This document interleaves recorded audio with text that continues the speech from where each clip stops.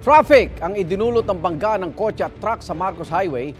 Isang naiulat na patay sa aksidente. Live mula sa Antipolo, Rizal. Ngayon ang balita live si Bea Pinlac. Bea. Igan, warak ang kotse na to matapos sumalpok sa 10-wheeler na nakaparada sa may gasolinahan dito sa Marcos Highway sa may barangay Mayamot, Antipolo, Rizal.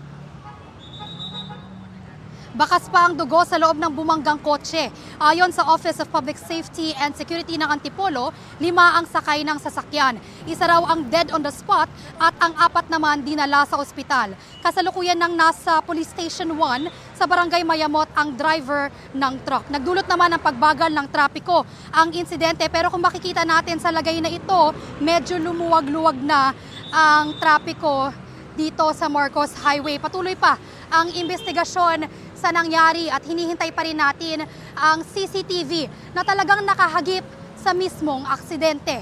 At yan ang unang balita mula rito sa Antipolo, Rizal. Bea Pinlac para sa GMA Integrated News.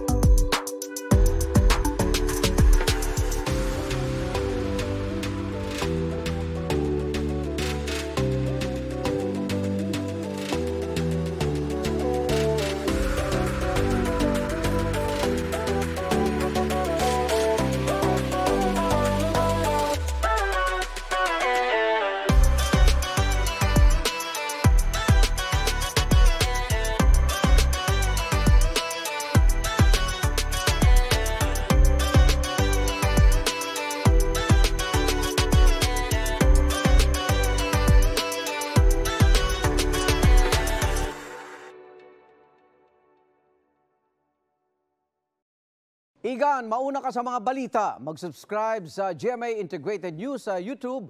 Sa mga kapuso abroad, subaybayan nyo kami sa GMA Pinoy TV at sa www.gmanews.tv.